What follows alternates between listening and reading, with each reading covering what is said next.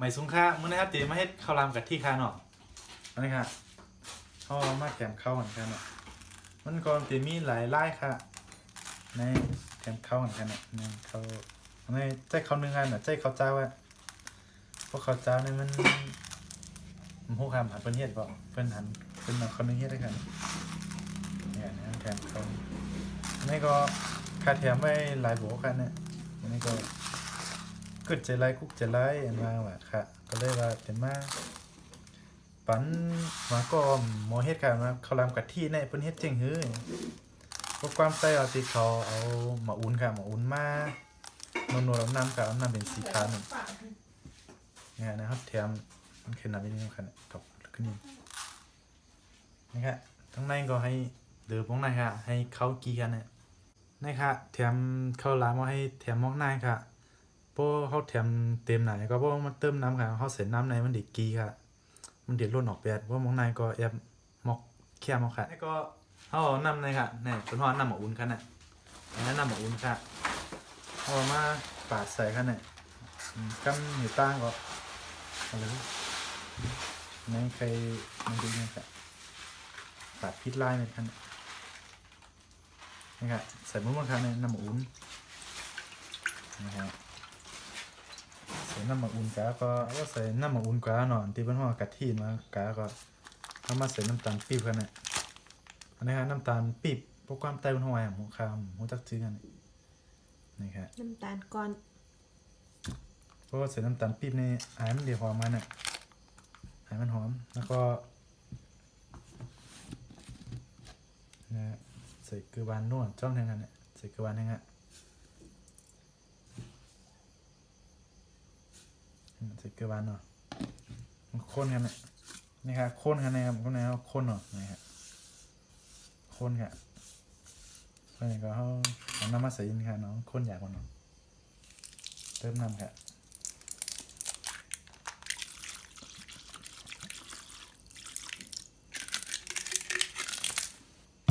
เติมน้ำข้นกัน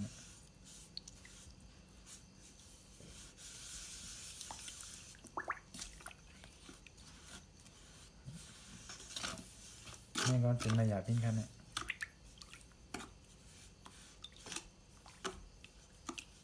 โอเคเมื่อกี้ก็ลืมกว่าอินค่ะในเขาต้องมาใส่เกลือให้อินค่ะเนาะเพราะเขาใส่เกลือหวานน้ำตาลปี๊บแล้วก็น้ำนี่แล้วกะทิเขาต้องมาใส่เกลือแทนค่ะเมื่อกี้อันที่เฮ็ดก่อนก็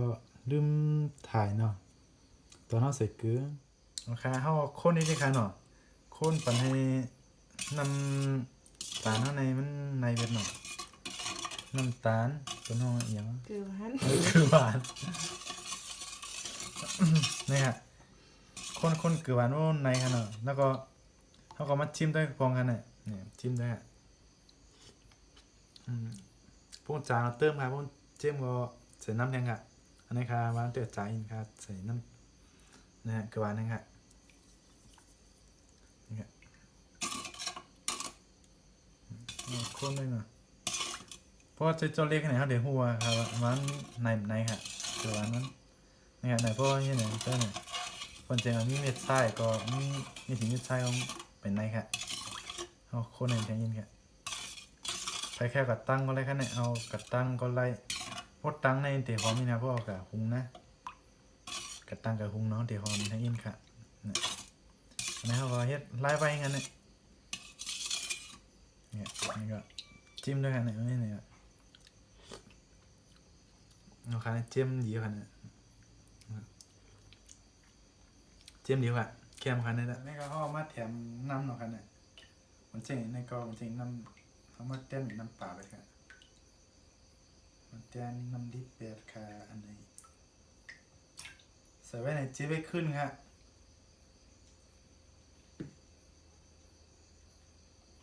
เราลองไปยิงค่ะ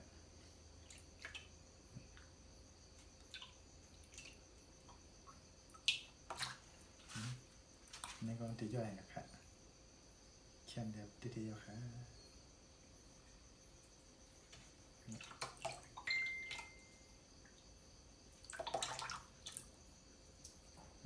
มันจะไล่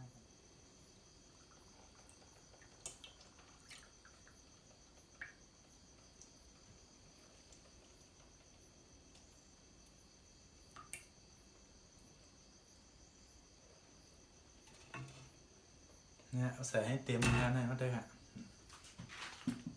รุ่นเต็มข้างในก็เอาไว้ค่ะนะครับโปรตีว่างบุกไม่ก็เขานำใส่ในหวานใส่ในอย่างก็เลยค่ะเนาะ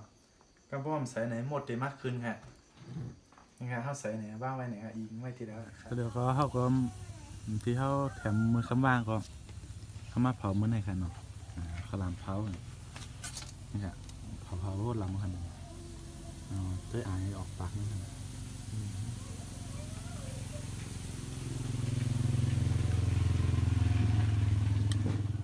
นี่เนี่ย